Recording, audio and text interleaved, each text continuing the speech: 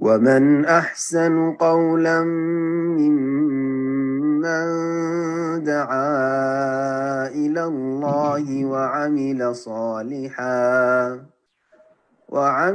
صالحا وقال إنني من المسلمين. আসসালামু আলাইকুম শাহেখ। ওয়ালাইকুম আসসালাম রহমতুল্লাহ বরকাত। শাহেখ, আমি ঢাকা থেকে বলছিলাম।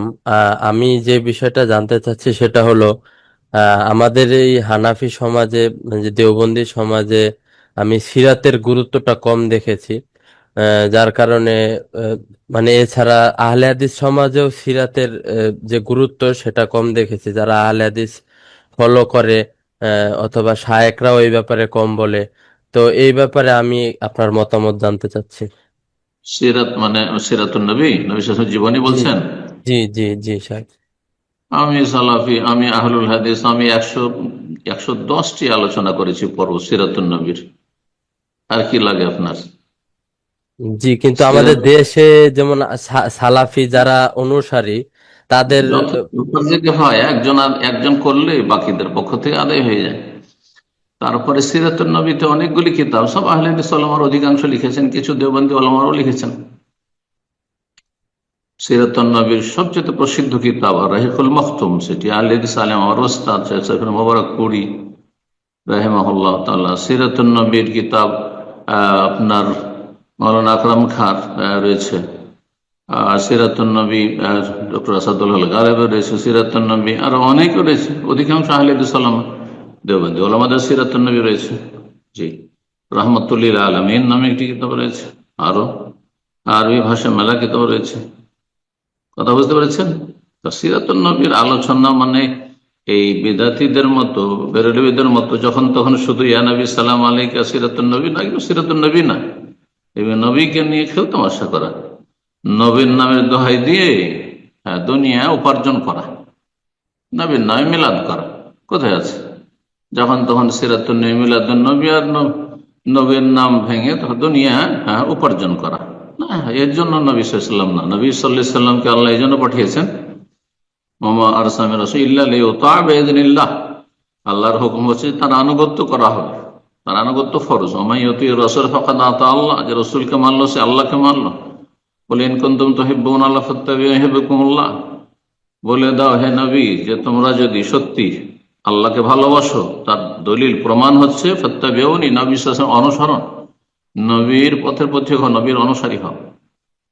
কথা বোঝা গেছে? তো নবী সাল্লাল্লাহু আলাইহি ওয়াসাল্লামের সুন্নাতের অনুসরণ হচ্ছে মূল, নবী সাল্লাল্লাহু আলাইহি ওয়াসাল্লামের সিরাত চর্চা করা। এবং তার জন্য আলহামদুলিল্লাহ ওলামাদের লিখনী রয়েছে, বক্তব্য রয়েছে। তবে যখন তখন আলোচনা হইতে হবে, তবে প্রত্যেকটি বিষয়ের আলোচনা আরো বেশি প্রয়োজন রয়েছে। আপনার কথা এতটুকু ঠিক যে সিরাতুন নবীর আলোচনা যতই করবেন তত কম। হ্যাঁ, তার চাইতে কম আলোচনা আমাদের সমাজে হাদিস চর্চা করা, হাদিসের আলোচনা নেই। হাদিসের আলোচনা করা, হাদিসের সহিহ জয়ীফের আলোচনা নেই, যার ফলে হাদিসের সহিহ জয়ীফ মানুষ বুঝে না। বুঝতে পেরেছেন? তো দ্বীনের আলোচনা, দ্বীনের আলেম ওলামাদের সংখ্যা আরো বাড়ানোর প্রয়োজন রয়েছে। আল্লাহ তৌফিক দান করুন। জি, জাযাকুমুল্লাহ। প্রশ্ন করবেন আলী ফায়াজ। জি, আপনি প্রশ্ন করুন।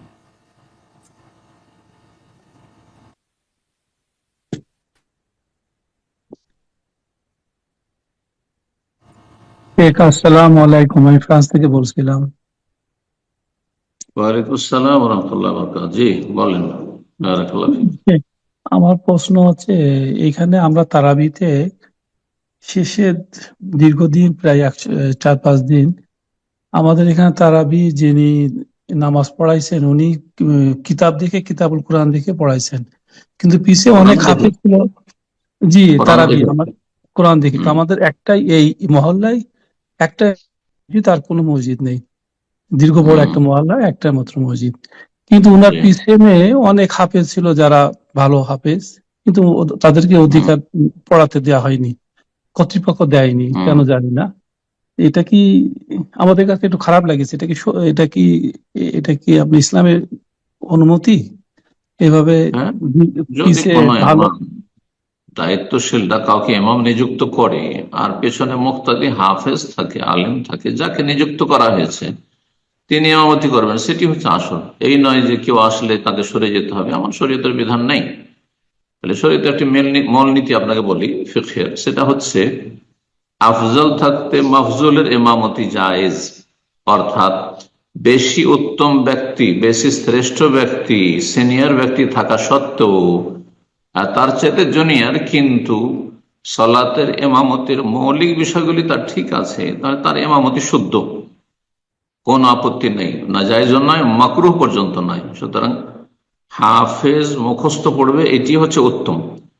কিন্তু যেহেতু কর্তৃপক্ষ একজনকে ইমাম নিযুক্ত করেছেন, তার হেফজ হয়তো অত পাকা নেই, অথবা তার ভুল হওয়ার সম্ভাবনা রয়েছে, মুখস্থ আছে তারপরেও, যদিও উচিত তার যদি হেফজ থাকে তো সেটাকে একটু পাক্কা করে, রিভাইজেশন করে যাওয়া, একটু মেহনত করে যাওয়া। কিন্তু আজকাল অধিকাংশ ইমামগুলি অলস হয়ে গেছে, আল্লাহ হেদায়েত করুক। আজকাল ঢালাও ভাবে দেখে দেখে পড়া শুরু করেছে। দেখে দেখে পড়া জায়েজ, কিন্তু উত্তম নয়। উত্তম হচ্ছে সুন্নত নফলে তারাবি তাহাজ্জুদে হইলেও মুখস্থ পড়া, বুঝছেন না? নবী সাল্লাল্লাহু আলাইহি ওয়াসাল্লাম, সাহাবায়ে কেরামগণ তারা কেউ দেখে পড়েননি, শুধু একজন তাবেঈ যাকওয়ান মায়েশা রাদিয়াল্লাহু তাআলা আনহার দাস ছিলেন, তিনি মুসাফ দেখে পড়েছেন, ব্যাস এতটুকু দলিল, খুব বেশি, জায়েজের বেশি উত্তম মোটেই না। কথা বোঝা গেছেন? এই জন্য ইমাম সাহেবদেরকে বলবো, বা যারা মসজিদে দায়িত্বশীল তাদেরকেও বলবো, যে আপনারা যদি কোরআন পুরোটাই শুনতে চান, তাহলে পাক্কা হাফেজ যে ইমামতিতে তারাবিটা পড়েন, ঠিক আছে, ফরজ ভালো আলেম এবং যিনি সিনিয়র তাকে দিয়ে পড়ান, কিন্তু পাক্কা ভালো হাফেজ এবং তার আমলও ঠিক আছে, বাহ্যিক প্রকাশ্য কোনো কাবিরা গুনাহ তার জীবনে দেখেন না, তাহলে তাকে দিয়ে তারাবি পড়ান। বোঝা গেছে? আর যদি এর ব্যতিক্রম হয়, আছে হাফেজ, তারপরে যেমনটা বললেন যে দেখে দেখে পড়েছে, জায়েজ আছে। আল্লাহ তাআলা। জাযাকাল্লাহ খায়ের। এই পর্যায়ে প্রশ্ন করবেন তানিয়া জি, আপনি প্রশ্ন করুন।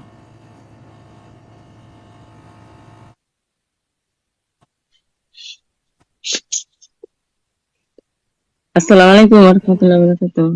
ওয়ালাইকুম আসসালাম ওয়া রাহমাতুল্লাহি ওয়া বারাকাতুহু। বলেন, ঠিক ঠিক আমি বাংলাদেশ থেকে বলছিলাম। প্রশ্ন বলেন। ঠিক আমার ঠিক আমার প্রশ্ন হলো যে আমি একটা ঘর দিছি আর কি, নতুন। এই ঘরের মানে ঢুকতে সময় আর কি ওই ওয়ালে মানে কাছে লেখা আছে যে লা ইলাহা ইল্লাল্লাহ মুহাম্মাদুর রাসূলুল্লাহ। তো ওইটার উপরে আবার ছাদ, তো ওই ছাদে তো পোলাপান উঠবই, তো ওইটা দেওয়াটা কি জায়েজ হবে কিনা, এটাই ছিল আমার প্রশ্ন। ওয়ালে সেটা ঝুলানো আছে, আর ছাদ উপরে আছে, সেই জন্য বলছেন হ্যাঁ হ্যাঁ ছাদে ছেলেরা উঠবে সেই জন্য? হ্যাঁ হ্যাঁ ওইটা তো থাকবো নিচে। বেয়াদবি হবে, এটা ভাবছেন? হ্যাঁ হ্যাঁ বেয়াদবি হবে, এটাই আমার প্রশ্ন। তাহলে যারা যারা বহুতলা ভবনে বসবাস করছে তারা কি করবে? নিচের তলায় মুসলিম বাস করে, সেখানে কোরআন কারীম আছে, আর ওপর তলায় মানুষ বসবাস করছে, পেশাব পায়খানা বাথরুম অনেক কিছুই করছে, জায়েজ কিনা? জায়েজ, কোনো অসুবিধা নেই ইনশাআল্লাহ। তবে লা ইলাহা ইল্লাল্লাহ মুহাম্মাদুর রাসূলুল্লাহ কালিমা তাইয়্যিবা কোথাও, অথবা অন্য কোনো আল্লাহু আকবার সুবহানাল্লাহ ঝুলিয়ে রাখা, বা কোথাও নেম প্লেট করে রাখা, সাজিয়ে রাখা, এটার উদ্দেশ্যটা কি? এটার উদ্দেশ্য যদি হয় আপনার ঘরকে সাজানো, তাহলে জায়েজ নাই, এটা অবমাননা। কারণ আল্লাহর কালাম বা আল্লাহর কালিমা, আল্লাহর নাম, এগুলো দিয়ে ঘর সাজানো, এটা হচ্ছে বেয়াদবি, এটা সম্মান হলো না।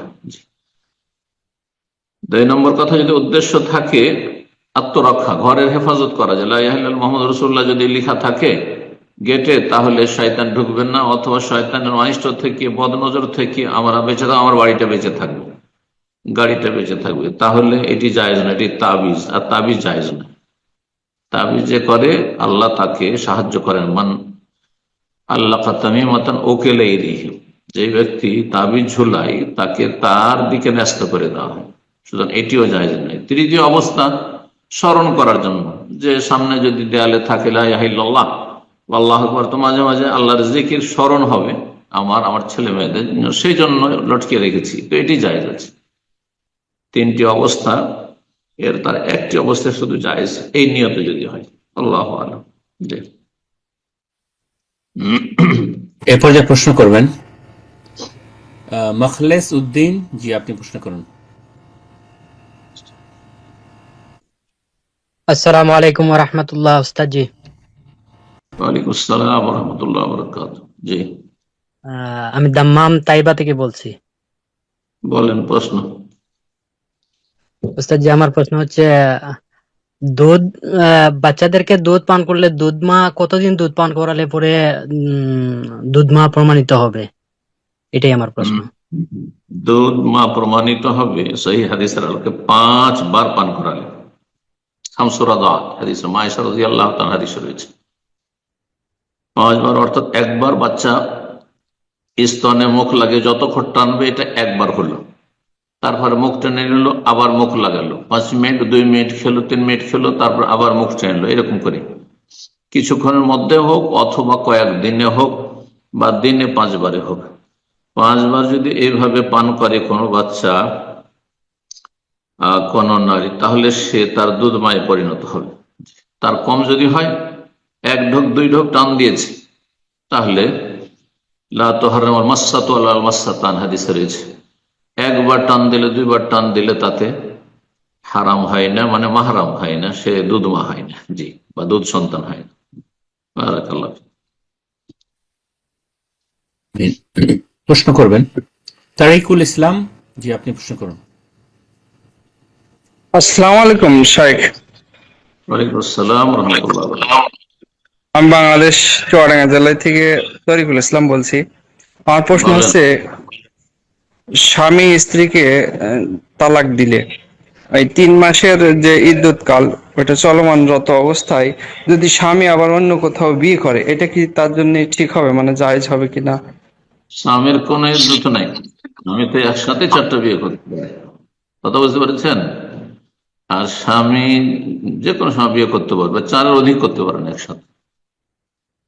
স্বামী যে কোনো সময়, স্ত্রী মারা গেছে, জানাজা হয়নি, যদি কোনো নিষ্ঠুর স্বামী থাকে, মনে করে যে আমি এখনই বিয়ে করবো, করতে পারি, জায়েজ আছে। জায়েজের বিষয়টি ভিন্ন। স্ত্রী যেমন ইদ্যত রয়েছে, এক কথায় স্বামীর কোনো ইদ্যত নেই যে তালাক দেওয়ার পরে তুমি এতদিন বিয়ে করতে পারবে না, না, এটা ভুল কথা, এরকম কোনো কিছু নেই।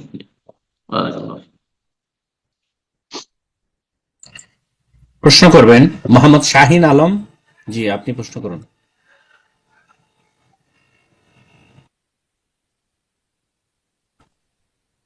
আসসালামু আলাইকুম। ওয়ালাইকুম আসসালাম ওয়া রাহমাতুল্লাহি ওয়া বারাকাতুহু। জি, জি, আমি নওগাঁ থেকে বলতে চাই। বলেন। আমার প্রশ্নটা হলো যে, এখানে সূরা ফাতিহার ব্যাপারে, মানে যারা বলছে যে কোরআন পাঠ করলে চুপ থাকো, এই আয়াতের দলিল দিতে গিয়ে তিনি বলেছে একজন যে সূরা ফাতিহা কোরআন না, সূরা ফাতিহা কোরআন না, এটা এমন একটি সূরা যে বারবার পাঠ করা হয়। সেখানে দলিল দিচ্ছে উনি যে সূরা হিজরের 87 নম্বর আয়াতে যে বলা আছে যে আমি তোমাকে 60টি আয়াত দিয়েছি বারবার পাঠ করার জন্য এবং দিয়েছি মহান কোরআন। আসলে এই ব্যাখ্যাটা কি জানতে চাচ্ছি, এভাবে ঠিক এই ব্যাখ্যাটা ঠিক আছে কিনা? যদি কেউ বলে থাকে যে ওয়াইদা ক্বরিয়াল কোরআন ও ফাসতামিউ, কোরআন পাঠ হবে তখন মনোযোগী হয়ে শোনো আর চুপ থাকো, হ্যাঁ, আর সূরা ফাতিহা পড়তে হবে আমার পিছনে, সেই জন্য সূরা ফাতিহা কোরআন থেকে বের করে দিবেন, এই ব্যাখ্যা কেউ করে তো ভুল করেছে। হ্যাঁ, যদিও সে নিজেকে আহলে হাদিস বলুক, ভুল কথা বলেছে, সে বিভ্রান্ত। মোটে সূরা ফাতিহা কোরআনের প্রথম অংশ, জি, এর উপরে ইজমা হয়ে গেছে, জি, ইজমা হয়ে গেছে, কথা বোঝা গেছে। কোরআন এই কোন ইখতিলাফ নেই। আরে বিসমিল্লাহ নিয়ে ইখতিলাফ রয়েছে যে বিসমিল্লাহ কোরআন কারীমের অংশ কিনা। সূরা নামলের অংশ, এতে একমত, কারণ সূরা নামলে সূরার ভিতর ইন্নাহু মিন সুলাইমান ওয়া ইন্নাহু বিসমিল্লাহির রহমানির রহিম, কিন্তু বাকি প্রতিটি সূরার আগে যে বিসমিল্লাহ, এটা কোরআনের অংশ না কোরআনের অংশ নয়, আর বিসমিল্লাহ সূরা ফাতিহার অংশ কি অংশ নয়, সেটা প্রথম আয়াত না, সেটা বাদ দিয়ে আলহামদুলিল্লাহ প্রথম আয়াত, এগুলো ইখতিলাফ রয়েছে, কথা বোঝা গেছে। আজব কথা, এটা আজব আজব মুফতি ফতোয়া দিয়েছে যে সূরা ফাতিহা কোরআন অংশ নয়, ভুল কথা। তবে এখানে আম আর খাস রয়েছে। আল্লাহ বলছেন যখন কোরআন তেলাওয়াত হবে তখন তোমরা মনোযোগী হয়ে শোনার চুপ থাকো, এটি আল্লাহ রাব্বুল আম নির্দেশ, সাধারণ হুকুম। আর খাস হুকুম হচ্ছে যে লা সালাতা লিমান লাম ইয়াকরা বিফাতিহাতিল কিতাব, সূরা ফাতিহা ছাড়া সালাত হয় না, সুতরাং সূরা ফাতিহা পড়ো। যেমন জুমার খুতবা চলাকালীন সালাত চলবে না, জুমার খুতবা শোনা ওয়াজিব। এখন এই যুক্তি কেউ যদি পেশ করে যে জুমার খুতবা শোনা ওয়াজিব আর আপনার তাহিয়াতুল মসজিদ সুন্নাত, আপনি ওয়াজিব ছেড়ে দিয়ে সুন্নাত করবেন, তখন বলবো যে জুমার খুতবা শোনা ওয়াজিব যে আগে এই সুন্নাত আদায় করে নিয়েছে, আর যে ব্যক্তি বাইরে থেকে এখন আসছে তার জন্য গুরুত্বপূর্ণ এখানে হচ্ছে যে আগে তুমি তাহিয়াতুল মসজিদ পড়ো, তারপরে খুতবা শোনার যোগ্যতা লাভ করবে। নবী সাল্লাল্লাহু আলাইহি ওয়াসাল্লাম এক লোক বসে গিয়েছে সুন্নাত ছেড়ে, যদি আপনি এই যুক্তি পেশ করেন, বসে গেছে জুমার খুতবা চলছে, বলছেন সাল্লাইতা রাকাতাইন, 2 রাকাত সালাত পড়েছো তাহিয়াতুল মসজিদ? বলছেন না পড়িনি। বললেন আগামীতে এমনটা করিও না, এই কথা বলে ছেড়ে দিলেন। বলছে কুম ফাসাল্লি রাকাতাইন, কুম ফারকা রাকাতাইন, উঠো 2 রাকাত পড়ো, তারপরে বসো, তারপরে শোনো খুতবা শোনো। কথা বোঝা ঠিক ওই রকম। আমার খাস উসুল ফিকহের কায়দা রয়েছে, কোন একটা হুকুম আল্লাহ রাব্বুল আলামিন অথবা রাসূলুল্লাহ সাল্লাল্লাহু আলাইহি ওয়াসাল্লামের আম হুকুম, সাধারণ হুকুম, আর বিশেষ একটা হুকুম হচ্ছে বিশেষ শ্রেণীর মানুষের জন্য বা বিশেষ অবস্থার জন্য। তো বিশেষ অবস্থা হচ্ছে যখন ইমামের পিছনে একাকী হইলে সূরা ফাতিহা পড়বে, তারপরে ইমাম হইলেও পড়বে, ঠিক আছে, ওখানে নিজেই পড়ছো, কিন্তু ইমামের পিছনে হইলেও ইমাম সাহেব পড়ছেন জেহরি সালাত উচ্চ স্বরে, এখন পেছনে আপনি কি করবেন? এই ক্ষেত্রে ইখতিলাফ, একদল বলছেন না শোনেন, এই ক্ষেত্রে পড়বেন না, জেহরিতে পড়বেন না সিরিতে পড়বেন, এটা অধিকাংশ উলামাদের মত। কিন্তু ইমাম শাফি, ইমাম বুখারী, আহলে হাদিস অধিকাংশরা বলছেন যে না, এই ক্ষেত্রে এটি হচ্ছে খাস হুকুম, যে এখানে মুক্তাদি পেছনে সূরা ফাতিহা পড়ে নেবেন, তারপরে শুনবেন। আল্লাহু আ'লাম। এ পর্যায়ে প্রশ্ন করবেন এস কে মুস্তাকিম, আপনি প্রশ্ন করুন।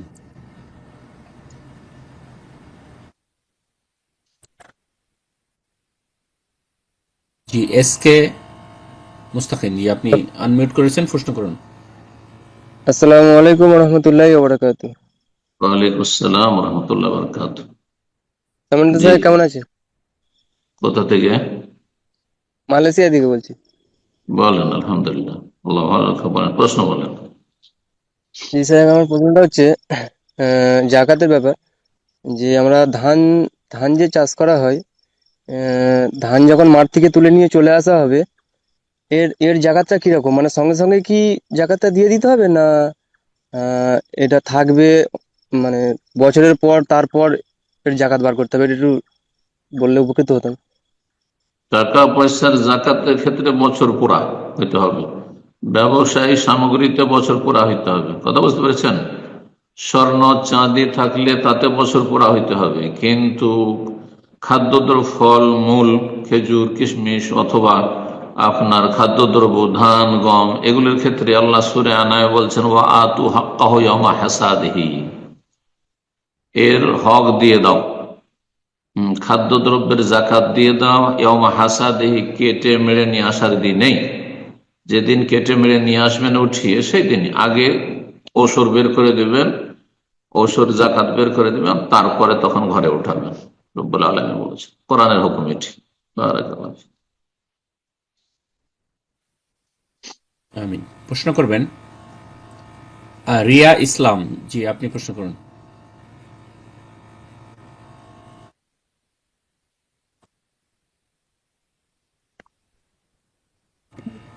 আসসালামু আলাইকুম, আমি বাংলাদেশ থেকে ওয়ালাইকুম বলছি। আসসালাম ওয়া রাহমাতুল্লাহি ওয়া প্রশ্ন বারাকাতুহু। হলো, আল্লাহ তো আমাদের মানুষকে সৃষ্টির সিরাজীব হিসেবে সৃষ্টি করেছে। এখন আমার প্রশ্ন, যে আসমান এবং জমিনে আল্লাহ যা সৃষ্টি করেছে, এগুলোকে আসলে মানুষের কল্যাণের জন্যই সৃষ্টি করেছে, না অন্য কোনো আল্লাহর উদ্দেশ্য বা যাই হোক হিকমা আছে? এইটাই আমার প্রশ্ন। কোরআনে কারিমে আয়াত রয়েছে, রব্বুল আলামিন ইরশাদ করেছে খালাকা লাকুম মা ফিল আরদি জামিয়া, পৃথিবীতে যা কিছু রয়েছে মা ফিল আরদি, পৃথিবীতে যা কিছু রয়েছে সব তোমাদের জন্য আল্লাহ সৃষ্টি করে, তোমাদের কল্যাণে। এখন কোনটা কোন কাজে আমাদের আসে সেটা আমাদের নাও জানা থাকতে পারে। আমাদের চোখের সামনে অনেক উদ্ভিদ আছে, অনেক আপনার গাছগাছড়া আছে, সেগুলি মহা ঔষধ, চিকিৎসা। এমন রোগের জন্য যে রোগের চিকিৎসা হয়তো আজকাল অনেক ক্ষেত্রে সায়েন্টিফিক ভাবে আবিষ্কার হয়নি, কিন্তু তাতে আছে, কিন্তু আমাদের জানা নেই। কথা বোঝা গেছে? তো এক সময় হয়তো মানুষ জানবে, অথবা অজানা বহু কিছু অজানা থেকে যাবে। তো আল্লাহ কোরআনে যেখানে বলেছেন যে পৃথিবীর যা কিছু সৃষ্টি করা হয়েছে হে মানব তোমাদের কল্যাণের জন্য, কি কল্যাণ আছে আল্লাহ বলেন। কারণ সাপে কি কল্যাণ আছে, বিচ্ছুতে কি কল্যাণ আছে, কষ্টটা জীবজন্তুতে কি কল্যাণ আছে, হিংস্র পশুতে কি কল্যাণ আছে, আমাদের আল্লাহ বলেছেন। আল্লাহ তাআলা আলাম। জি, এরপর যা প্রশ্ন করবেন হামিদা খাতুন, জি আপনি প্রশ্ন করুন।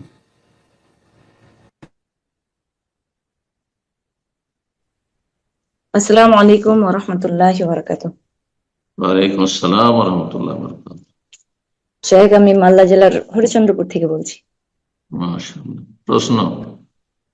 যে প্রশ্ন হলো যে সালাতের মধ্যে তাশাহুদে মাঝে মাঝে আমার তন্দ্রা এসে যায়, ফলে আমি অনেক সমস্যার সম্মুখীন হই। আর সেটা মানে 3 ধরনের হয়ে থাকে, মানে রাকাত পূর্ণ করেছি কিনা এমনটাও হয়, আবার দ্বিতীয় সাজদা দিয়ে কি তাশাহুদে বসেছি এমনটাও হয়, আর আসলে সালাম ফিরেছি কিনা, মানে সবকিছুই করেছি এটা মনে আছে, কিন্তু সালাম ফিরেছি কিনা কি এমনি বসে আছি না সালাম ফিরেই, এরকমটা হয়। মানে খুব বিভ্রান্তিতে আমি পড়ে যাই। তো অবশ্যই জানাবেন, উপকৃত করবেন। যদি মানুষের তন্দ্রা আসে তাতে উযু নষ্ট হয় না, যতক্ষণ গভীর ঘুম না হবে। আর নওমুল আমিক, যতক্ষণ গভীর গাঢ় ঘুম না হবে ততক্ষণ উযু নষ্ট হয় না, এটা হচ্ছে সঠিক মত। তন্দ্রা আসতেই পারে, হয়তো যথাসাধ্য দূর করার চেষ্টা করবে যেন সালাতের সময় তন্দ্রা না আসে, অন্তর গাফেল না হয়ে যায়। কারণ গাফেলদেরকে আল্লাহ নিন্দা করেছেন। এবাদতে যেন গাফেল না হয়, এবাদতে গাফিলতি, ঝিমানো, এগুলি মুনাফিকের আলামত, এগুলো ইমানের দুর্বলতা। এগুলো থেকে মুক্ত হওয়ার চেষ্টা করতে হবে, সজাগ হয়ে, মনোযোগী হয়ে, খুশুর সাথে, বিনয়ী, একাগ্রতার সাথে, একাগ্র চিত্তে আল্লাহর ইবাদতবন্দি করতে হবে। আল্লাহ তৌফিক দান করুন। তবে অনেক সময় মানুষের মেহনত থাকে, পরিশ্রম থাকে, ঘুমের অভাব থাকে, হতে পারে মানুষ দুর্বল। খোলেকাল ইনসান ও যাইফা, মানুষকে দুর্বল করে তৈরি করা হয়েছে, আল্লাহ মাফ করুন। যখন সন্দেহ হবে, যে বিষয়টিতে সন্দেহ হচ্ছে সেটা পূর্ণ করে নেবে। যেমন যদি সন্দেহ হয় যে আমি সালাম ফিরলাম কিনা, যদিও সালাম ফেরা হয়ে গেছে আবার সালাম ফিরে নেবে। আমি আত্মাহাত বসে আছি হয়তো সালাম ফেরাও হয়ে গেছে হয়তো আসলে, কিন্তু বাস্তবে মনে হচ্ছে যে আমি কি আত্মাহাত পড়লাম না আমি কি দুরুদ পড়লাম, তাহলে সেটা পুনরায় পড়ে নেবে। কিন্তু এটাকে বারবার খুব বেশি হতে দিবে না, ইস্তেরসাল, এর পিছনে ছুটবে না। কারণ এর পিছনে ছুটলে শয়তান সুযোগ পেয়ে যাবে বেশি বেশি ওয়াসওয়াসা দিতে দিতে ওয়াসওয়াসা রোগী বানিয়ে দেবে। যে ওয়াসওয়াসা আল কাহারি হয়ে যাবে, মানে নিরুপায় হয়ে যাবে, এমন হয়ে যাবে যে ওয়াসওয়াসার গোলাম হয়ে যাবে। এমনটা যেন না হয়, আল্লাহর কাছে আশ্রয় কামনা করতে হবে এবং মনোযোগী বাদবন্দি করতে হবে। হালকা সন্দেহ হলে ভ্রুক্ষেপ করতে হবে না। খুব বেশি যদি সন্দেহ হয় তাহলে তখন সেটার ঘাটতিটা পূরণ করে নিয়ে তারপরে বাকিটা কমপ্লিট করতে হবে। আল্লাহ কবুল করুন। বারাকাল্লাহ ফিক। প্রশ্ন করবেন সাইমা, আপনি প্রশ্ন করুন। আসসালামু আলাইকুম। ওয়ালাইকুম আসসালাম ওয়া রাহমাতুল্লাহি ওয়া বারাকাতুহু। শেখ, আমি বাংলাদেশ থেকে বলছি। আমার প্রশ্ন হলো, আমার স্বামীকে আমি একদিন বলতেছি যে তুমি যদি তালাকের উদ্দেশ্যে আমাকে বলো যে তোমার সাথে সম্পর্ক শেষ, তাহলে তালাক হয়ে যাবে। তখন তিনি বললেন যে না, এভাবে হবে না, আমি যদি তোমাকে বলি তোমাকে আমি তালাক দিলাম তাহলে তালাক হবে। এখন উনি যে এই কথা বলছে, এই কথা থেকে তালাক হয়ে গেছে? এই তো গল্প আলোচনা চলছে, আলোচনাতে তালাক হবে না। তালাক এইভাবে তো আর তালাক হয় না। কিন্তু ও যদি বলে যে না না না, এটা তো হবে না, আমি এইভাবে তোমাকে বলছি আর বলে দিল, তাহলে তখন তালাক হয়ে যাবে। জি, জি না, বলে দিলাম বলে নাই, আমি যদি এইভাবে বলি তাহলে হবে, মানে এটা এটা কি? না না, ওতে আমি তালাক যদি হবে বলি তোমাকে, আমি যদি বলি কথা প্রসঙ্গে বলেছি, কোনো অসুবিধা নেই ইনশাআল্লাহ। ইনশাআল্লাহ কোনো অসুবিধা। বারাকাল্লাহ।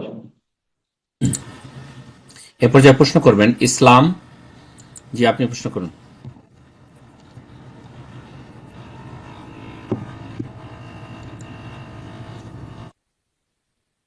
ইসলাম, জি আপনি ডিভাইসটা আনমিউট করে নিন, প্রশ্ন করুন।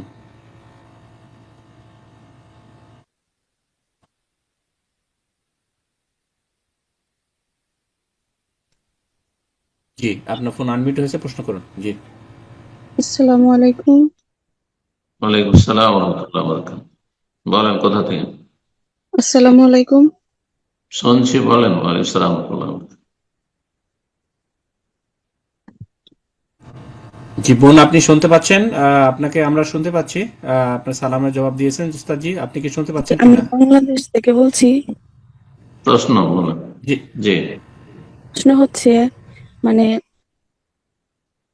স্বামী যদি বলে তুমি এই জায়গায় গেলে তালাক, কিন্তু তালাকের উদ্দেশ্য ছাড়া যদি বলে, আর ওই জায়গায় যাওয়ার আগে কি মানে তালাকের কথাটা ফিরিয়ে নেওয়া যাবে? তালাক হবে না। যদি তালাকের উদ্দেশ্য না থাকে, তার শাসন করার উদ্দেশ্য থাকে, তাহলে তালাক হবে না। যদি তালাকের উদ্দেশ্য থাকে কিন্তু মানে কথাটা পূর্ণ হওয়ার আগে কি ফিরিয়ে নেওয়া যাবে?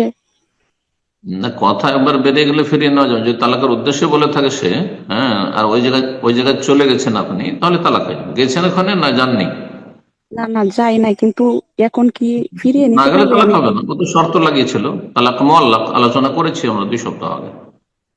হ্যাঁ, শর্ত সাপেক্ষ তালাক, যে এই তুমি যদি অমুক জায়গায় যাও, বাজারে যাও, তাহলে তালাক। তুমি তো অমুকের সাথে কথা বলো, তাহলে তালাক। আর তারপর এই কাজটি আপনি করে ফেলেছেন, তখন তালাক হবে, যদি ও তালাকের নিয়ত করে থাকে। আর যদি শাসনের নিয়ত থাকে, বারণ করা, তাহলে তালাক হবে না। কিন্তু তালাকের নিয়তে যদি বলে থাকে, কিন্তু যাওয়ার আগে যদি আবার কথাটা ফিরিয়ে নেই, তারপরে যদি যাই, তাহলে কি তালাক হবে? না, তার হ্যাঁ, তো যদি বলেছিল, তারপরে বলছে আমি কথাটি বলেছিলাম, কিন্তু আমি আমার কথা ফিরিয়ে নিলাম, আর তারপরে গেছেন, তাহলে এর সাথে আর সম্পর্ক নেই আপনার যাওয়ার, তালাক হবে না। জি, জাযাকাল্লাহ ঠিক খায়ের। আছে। হ্যাঁ, প্রশ্ন করবেন। তালাকের মশলা খুব বেশি শুরু হয়ে গেল। তালাকের আলোচনা চলছে, সেই জন্য উত্তর দিলাম। তালাকের মশলা এভাবে নয়। জাযাকাল্লাহ খায়ের।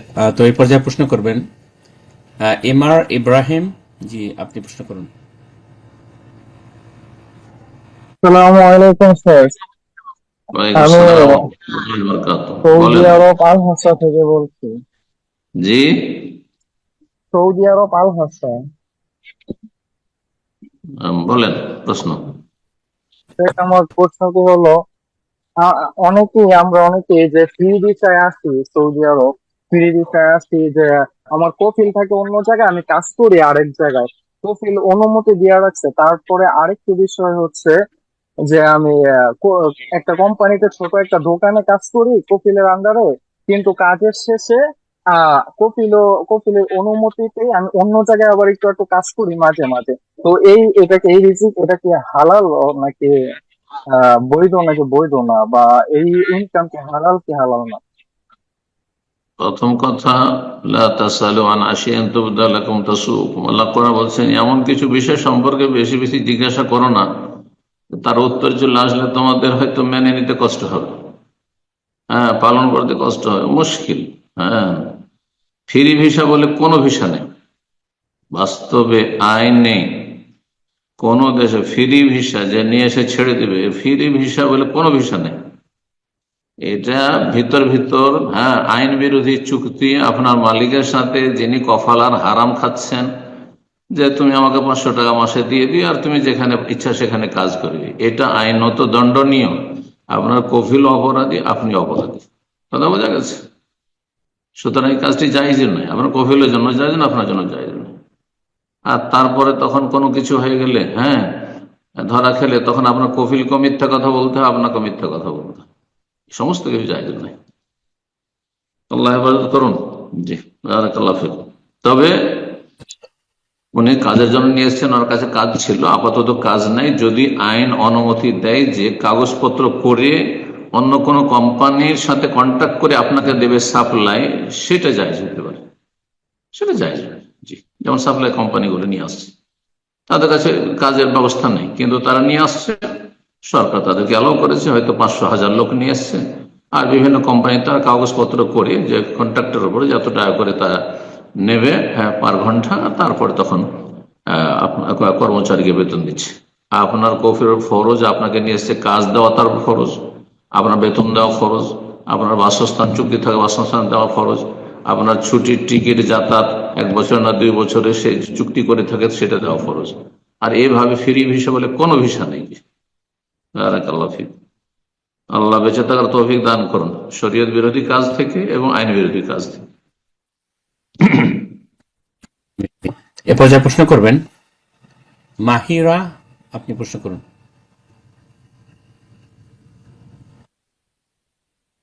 আসসালামু আলাইকুম ওয়া রাহমাতুল্লাহি ওয়া বারাকাতুহু। সম্মানিত শাইখ, ওয়ালাইকুম আসসালাম ওয়া রাহমাতুল্লাহি ওয়া বারাকাতুহু। জি শাইখ, আমার একটা মেয়ে আছে 10 বছরের।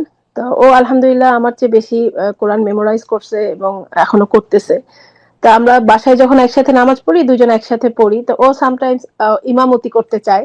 তো ও এখনো নাবালিকা, তো আমি কি ওকে ইমাম বানাইতে পারবো নামাজের সময়? বয়স কত? 10 বছর। ও এমনিতেই শুদ্ধভাবে নামাজ পড়তে পারে। নাবালক নাবালিকার ইমামত জায়েজ, হানাফি মাযহাবে শুধু মাকরুহ, কিন্তু কোনো দলিল নেই। নবী সাল্লাল্লাহু আলাইহি ওয়াসাল্লামের সাহাবীর নাবালক ছিলেন আর ইমামতি করতেন। 10 বছর বা 10 বছর কম বয়স ছিল, 9 বছর 10 বছর বয়সে সাহাবী আমর ইবনে সালামা তিনি ইমামতি করেছেন। তিনি তার মহল্লার মসজিদ ইমামতি করেছেন। তো ইমাম হওয়ার জন্য, ইমামতি শুদ্ধ হওয়ার জন্য সাবালক সাবালিকা হওয়ার কোনো শর্ত নেই। কি শর্ত রয়েছে? সে যেন সালাতের মাসলা মাসাইল জানে, সে সালাত যে ইবাদত সেটা যেন বুঝে, তার মধ্যে তামিজ থাকে। সুতরাং সাধারণত তামিজ, এটি আমার সালাত, এটি নামাজ, নামাজ অবস্থা এগুলো চলবে না, এটা জানার জন্য, এটা বোঝার জন্য, এটা শিখার জন্য কমপক্ষে 7-8 বছর বয়স হওয়া উচিত। 5 বছরের ছেলেকে 5 বছরের মেয়েকে ইমামতি দিলে তো কাজ হবে না। তো তারপরে 7-8 বছর 9 বছরে যদি শরীয়তের মাসলা মাসাইল, নামাজের মাসলা মাসাইল বুঝে, শরীয়তের সব মাসলা জানা জরুরি নয়, সালাতের মাসলা মাসাইল বুঝে এবং সালাতের গুরুত্ব বুঝে, ইমামতির দায়িত্ব বুঝে, আর তারপরে যদি ইমামতি করে তো জায়েজ আছে, কোনো অসুবিধা। আপনার কেন, যদি আরো কয়েকজন মহিলার ইমামতি করে তাও জায়েজ। বারাকাল্লাহু ফিক। এ পর্যায়ে প্রশ্ন করবেন আবু জাফর। জি, আপনি প্রশ্ন করুন। আসসালামু আলাইকুম রহমতুল্লাহি ওয়া বারাকাতুহু। ওয়ালাইকুম আসসালাম ওয়া রাহমাতুল্লাহি ওয়া বারাকাতুহু। জেদ্দা থেকে বলছি। বলেন। জি, আমার প্রশ্ন হলো গিয়ে যে কুরবানি, যে সে কুরবানির যে পশুর যে নাড়ি ভুঁড়ি আছে, এগুলো আরেকজনের দিয়ে পরিষ্কার করে নিয়ে যাবে কিনা, তার কিছু অংশ তাকে দেওয়া যাবে কিনা, আরেকজনকে দিয়ে কি করবে? পরিষ্কার করে নিয়ে তাকে কিছু অংশ দেওয়া যাবে কিনা। পারিশ্রমিক হিসাবে দিবেন না, হাদিয়া হিসাবে। হাদিয়া নিয়ত করলে ঠিক আছে। আর যদি বলে যে আমি এটা পরিষ্কার করি সেজন্য পারিশ্রমিক, তো না। হয়তো অনেক সময় নাড়ি ভুঁড়ি ফেলে দিচ্ছেন, আপনি হয়তো সাফ করতে পারবেন না সেজন্য ফেলে দিচ্ছেন, আর একজন বলে আমি সাফ করবো, তো সে সাফ করলো। অথবা আপনার তুমি সাফ করতে বলো, সাফ করে নাও, আর পারলে আমাকে কিছুটা দিও, জায়েজ আছে, এরকম কোনো অসুবিধা নেই। কিন্তু সেটা পারিশ্রমিকের নিয়ত যেন আপনার না থাকে আর ওরও না থাকে। এ পর্যায়ে প্রশ্ন করবেন মাহেদি ইবেন মালিক। জি, মাহেদি ইবনে মালিক, আপনি প্রশ্ন করুন। ইবন মালিক। জি, আসসালামু আলাইকুম ওয়া রাহমাতুল্লাহি ওয়া বারাকাতুহু। ওয়ালাইকুম আসসালাম ওয়া রাহমাতুল্লাহি ওয়া বারাকাতুহু। জি স্যার, আমি বাংলাদেশ কুমিল্লা থেকে বলছিলাম স্যার। বলেন প্রশ্ন। স্যার, আমার প্রশ্ন হচ্ছে স্যার, আমি গার্মেন্টসে চাকরি করি। তো আমাদের এই জায়গার যে হুজুর, উনি ওই যে সুন্নি আকীদার মাদারপুর যারা আকীদার হুজুর, এখন উনি আমাদের, হ্যাঁ জি জি, এখন উনি যে আমাদের উনি আমাদের যে সলাত আদায় করায়, এবং ওনার যে আকীদা, এবং উনি বিশ্বাস করে নবী গায়েব জানেন, নবী হাজির নাজির, আল্লাহ সব জায়গায় আছেন, এবং এটা হচ্ছে আমাদের অফিসের ইমাম, উনি এই আকীদা পোষণ করেন। এবং আমি যে বাসায় থাকি, আমার বাসার পাশে যেই মসজিদ আছে, ওই মসজিদে হানাফি আকীদার, কিন্তু ওনার যে মাঝে মাঝে জুমার খুতবা শুনি আমি, তাতে বোঝা যায় যে উনি যে অনেক সময় যে পীর মুরিদের কাহিনী বলে বা বলে যে একটা পুকুরের মধ্যে সুই পড়ে গেছে, ওনার এমন কারামত আছে, তারপরে উনি খুঁজা পাইছে, এই কেমন একটা শিরকি পর্যায়ের, কি এমন একটা গায়বী পর্যায়ের আলোচনা করে।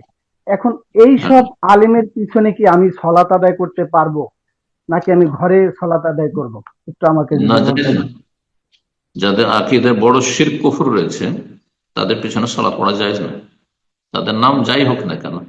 যে বলে নবী আলিমুল গায়ব, আল্লাহর সাথে শরীক করে দিল, হ্যাঁ, আল্লাহর ইলমুল গায়ব, হাজির নাজির, আল্লাহ রাব্বুল আলামিন তার জ্ঞানের ইলমের দিক থেকে হাজির, ক্ষমতার দিক থেকে হাজির, আল্লাহ সত্যগত ভাবে সাত আকাশের ওপরে আরো হাজির। হ্যাঁ, তো নবীকে হাজির মনে করা, নবী মদিনা থেকে বাংলাদেশে হাজির, জাপানে হাজির, সারা বিশ্বের সব জায়গায় হাজির, এটা শিরক কুফর। এটা নাজির মানে সব দেখছেন নবী, হ্যাঁ, নবীর কবর মদিনা থেকে সারা দুনিয়া সব দেখছেন, আমাদের আমল দেখছেন, এটা শিরকি কথা, কুফরি কথা, কথা বোঝা গেছে। তারপর আল্লাহ ছাড়া অন্যকে ডাকা ইত্যাদি বড় শিরকি গুনাহ, এদের পিছনে সালাত পড়া জায়েজ না, একা সালাত পড়তে হবে। তো এরকম জায়গা থেকে হিজরত করতে হবে, এরকম জায়গায় বসবাস করা স্থায়ী জায়েজ না। হিজরত একই দেশের মধ্যে এক এলাকা থেকে আর এক এলাকায় করতে হবে। আপনি যত তাড়াতাড়ি পারেন এইসব শিরকি এলাকা থেকে কর্মসংস্থান পরিবর্তন করেন, অথবা আপনি বাড়িঘর সেখান থেকে সরিয়ে নেন। সেখানে এরকম জায়গায় বসবাস করলে আপনার ছেলে মেয়েরা ভবিষ্যৎ অন্ধকার। আল্লাহ হেফাজত করুক।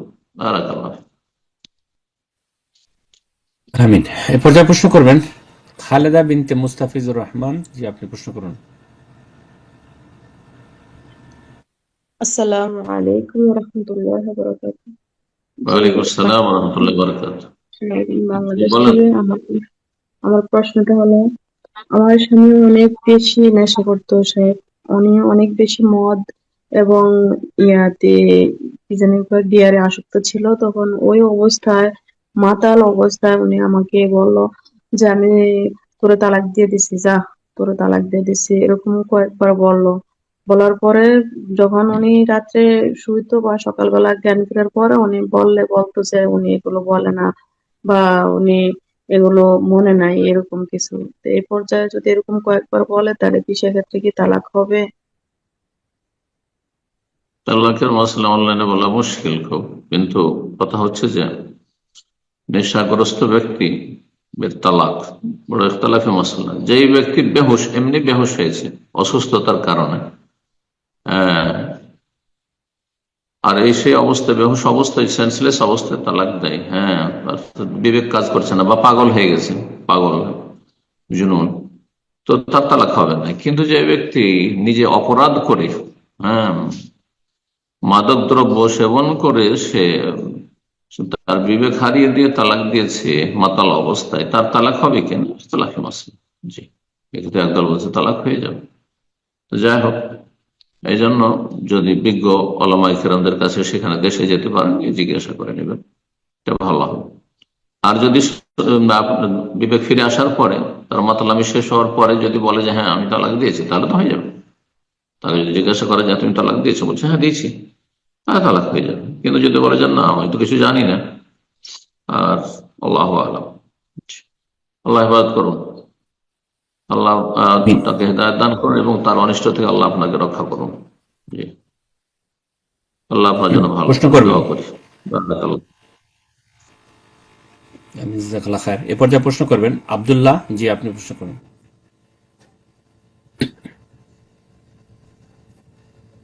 আসসালামু আলাইকুম। আসসালামু আলাইকুম শেখ। ওয়ালাইকুম আসসালাম ওয়া রাহমাতুল্লাহি ওয়া বারাকাতুহু। জি শেখ, আমি বাংলাদেশ ঢাকা থেকে বলছি। জি বলেন। শেখ, আমার প্রশ্ন হলো শেখ, আমি গত 2 মাস ধরে একটা ওয়াসওয়াসায় ভুগতেছি। সেটা হচ্ছে রাসূলুল্লাহ সাল্লাল্লাহু আলাইহি ওয়াসাল্লাম সম্পর্কে অনেক বাজে চিন্তা, বাজে কথা আসে। এখন আমার মনে করতেছে আমার ঈমান চলে গিয়েছে।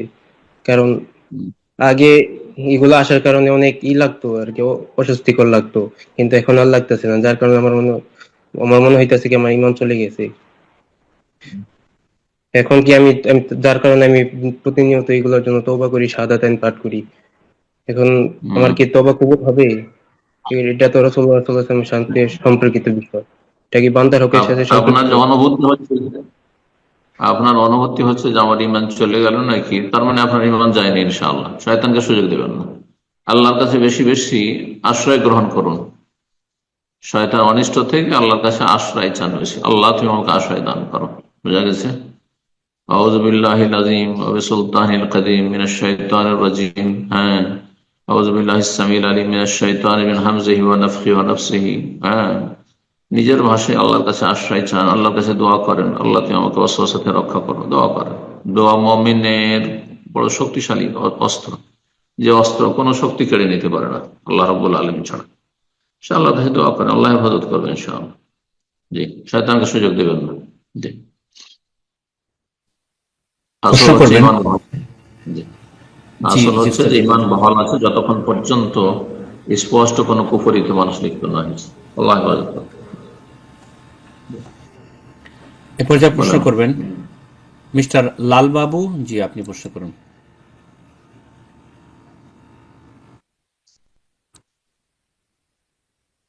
মিস্টার লালবাবু, আপনার ডিভাইসটা আনমিউট করে নিন, প্রশ্ন করুন।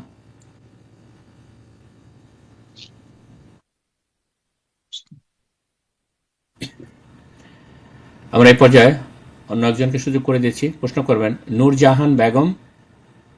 জি, আপনি প্রশ্ন করুন।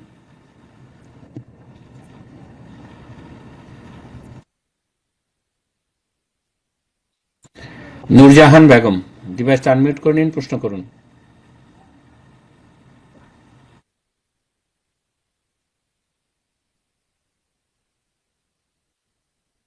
আমরা এই পর্যায়ে সুযোগ করে দিচ্ছি আরেকজনকে, সাব্বির ইসলাম। জি, আপনি প্রশ্ন করুন।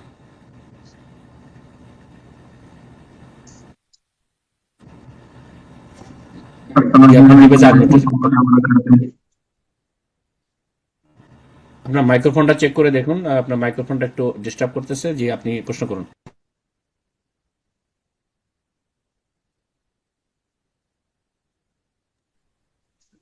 আসসালামু আলাইকুম।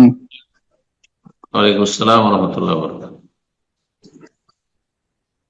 শেখ, আমি যে এলাকায় থাকি ওই কোথায় এলাকার কোথা দিয়ে বলছেন? খুলনা খুলনা বাংলাদেশ থেকে বলছি শেখ। জি, প্রশ্ন বলেন। আমি আমি যে এলাকায় থাকি ওই এলাকার কয়েক কিলোমিটারের মধ্যে কোনো সহিহ আকীদার কোনো মসজিদ নাই। তো যে মসজিদ আমাদের এলাকা ভিত্তিক যে তারা হচ্ছে আপনার ওই চিস্তিয়া সাবেরিয়া তরিকার লোক। কিন্তু দেওবন্দি আর তারা, তাদের কিন্তু খুতবাগুলো ওই রকম, তারা সবে বরাত পালন করবে, সম্মিলিত মোনাজাত করবে। কওমি সিলসিলার লোক তারা, তাই না? হ্যাঁ শেখ। বেদাতি বেদাতি কিন্তু বড় কুফরি বেদাত, প্রকাশ্য কুফরের বেদাত তাদের নেই, নামাজ জায়েজ, কিন্তু তারপরে হিজরতের চেষ্টা করবে না। এখন ওই তাদের মসজিদে কি নামাজ পড়া কি উচিত হবে নাকি বাসায় পড়বো? বললাম তো, না বাসায় পড়া যাবে না, আপনি হিজরত করেন ওখান থেকে, আর না হলে যতদিন আছেন ওদের পিছনে নামাজ পড়েন, যতক্ষণ প্রকাশ্য শিরক না দেখেছেন। কোন তরিকার সুফি তরিকার লোক হইলেই যে বড় মুশরিক বানিয়ে দেবেন তা নয়, বেদাতি, বুঝা গেছে? যতক্ষণ পর্যন্ত আল্লাহ ছাড়া অন্যকে না ডাকছে, ইয়া গাউস, ইয়া খাজা, ইয়া জিলানি, ইয়া চিশতি, ইয়া হুসাইন, ইয়া আলী, যতক্ষণ না করবেন কথা বুঝে, অথবা নবীকে হাজির নাজির আলিমুল গায়ব না বলবেন, হ্যাঁ, বড় শিরক কুফরি কথা না বলবে, উচ্চারণ না করবে, ততক্ষণ পর্যন্ত তাদের পিছনে সালাত পড়বেন।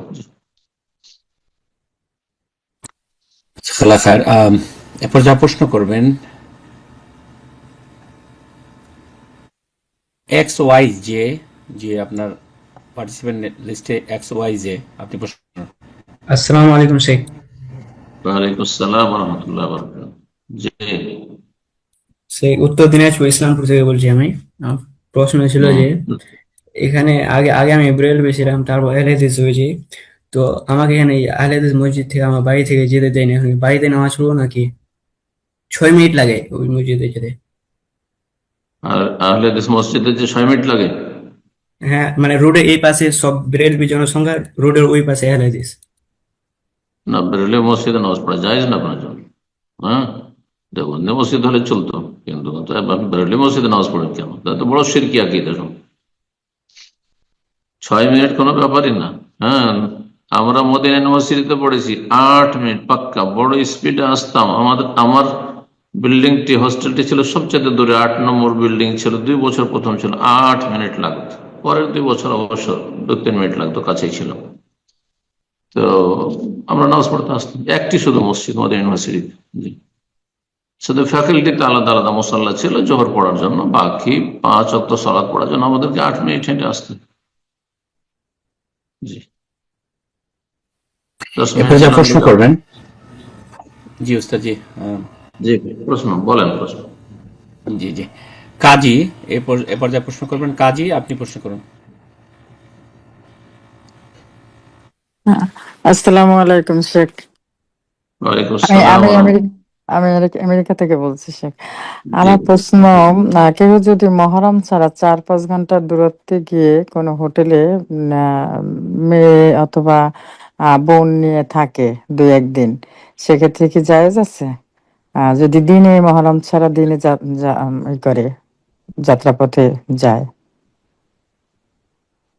দেখেন, কোন জায়গায় থাকার জন্য মাহরম শর্ত না, যদি সেখানে থাকাটা নিরাপদ থাকে। যেমন কোন জায়গায় নিরাপদ হোস্টেল আছে, হোটেল আছে, আর সেখানে রুমে আছে, মাহরম থাকা আবশ্যক না, সেখানে নিরাপত্তা থাকা আবশ্যক, ফরজ। কিন্তু এই সফর করার জন্য মাহরম শর্ত। মহিলা একা বা একাধিক মহিলা একসাথে সফর করা জায়েজ নয়, গুনহার কাজ, গুনাহ হবে, গোনা হবে। আর এতে মহিলাদের সম্মানিত করা, সুরক্ষিত করা হয়েছে। কারণ মহিলারা অধিকাংশ ক্ষেত্রে জুলুম অত্যাচারের শিকার হচ্ছে, ধর্ষণের শিকার হচ্ছে, অথবা অনেকে শয়তানি, বিভিন্ন রকম শয়তানি করে থাকে।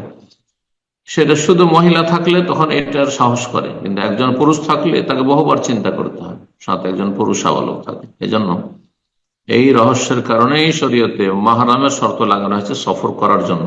বারাকাল্লাহু ফিক। সেটি নেকির সফর হোক, ব্যবসা বাণিজ্যের সফর হোক, জায়েজ সফর হোক। জি, বারাকাল্লাহু ফিক। আমিন, জাযাকাল্লাহ খায়ের। তো আমরা প্রোগ্রামে একদম শেষ পর্যায়ে, আজকে সর্বশেষ প্রশ্ন নিব। উস্তাদ আরেকটা প্রশ্ন নেওয়া যাবে কিনা জানি না, টাইমের কি অবস্থা। এটা শেষ প্রশ্ন ইনশাআল্লাহ। জি ইনশাআল্লাহ। তো আজকে সর্বশেষ প্রশ্ন ইনশাআল্লাহ প্রশ্ন করবেন মারিয়াম আক্তার রোমা। জি আপনি প্রশ্ন করুন।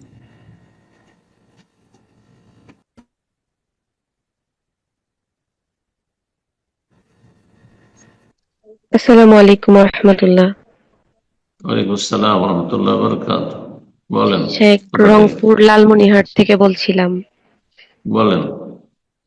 আমার প্রশ্নটা হচ্ছে, স্বামী যদি ফোনে তালাক দেয়, দেওয়ার পর আবার যদি স্বামীর কাছে পুনরায় 15-20 দিনের মধ্যে ফেরত যায়, যাওয়ার পর সংসার আবার 1.5 মাস 2 মাস কন্টিনিউ করে, তারপর আবার অত্যাচার নিপীড়নের জন্য আবার চলে আসে, এরপর দীর্ঘ 1.5 বছর 2 বছর থেকে বিচ্ছিন্ন, মামলা চলমান রয়েছে, সেই ক্ষেত্রে কি মেয়ের তালাক হয়ে গেছে? সে কি অন্য কোথাও বিয়ে করতে পারবে? তালাক তালাক তো একবার দেওয়ার পরে ফিরিয়ে নিয়েছে ও, তাই না? ওর সাথে সংসার করা হয়েছে, ঠিক না? জি জি। তাহলে ফিরিয়ে নিয়েছে, তারপরে যখন ঝগড়া বা দ্বন্দ্ব হয়েছে তখন চলে এসছেন, কিন্তু তালাক দেয়নি তখন, ঠিক না? তালাক দেয়নি। না, তালাক দেয়নি, তাহলে তালাক হইতে হবে, অথবা খোলা হইতে হবে। তালাক হয় ওই স্বামী দিবে, আর না হলে বোনের পক্ষ থেকে খোলা হইতে হবে। যে খোলা মানে তিনি খোলা করাবেন কাজীর মাধ্যমে।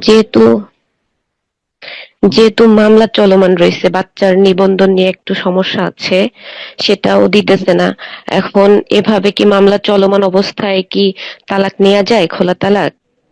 কোনো সমস্যা নেই, মামলা চলতে আছে, মামলা অন্য অন্য বিষয়, কিন্তু খোলা নেওয়া যায়। খোলা সরকারের আশ্রয় নেবেন, আলাদা কোর্টের আশ্রয় নিয়ে খোলা ফসকে নেকা, বিবাহ বিচ্ছেদ করাবে।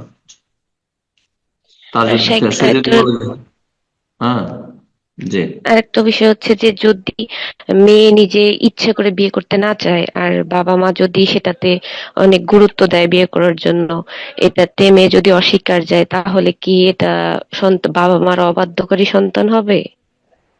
বিয়ে করে নেওয়া উচিত, কারণ মানুষ বিয়ে করে নিলে, ছেলে হোক আর মেয়ে হোক, হ্যাঁ, যখন প্রথমবারে হোক অথবা তালাক প্রাপ্ত হোক অথবা বিধবা হোক, বিয়ে বসে যাওয়াটা অনেক ভালো।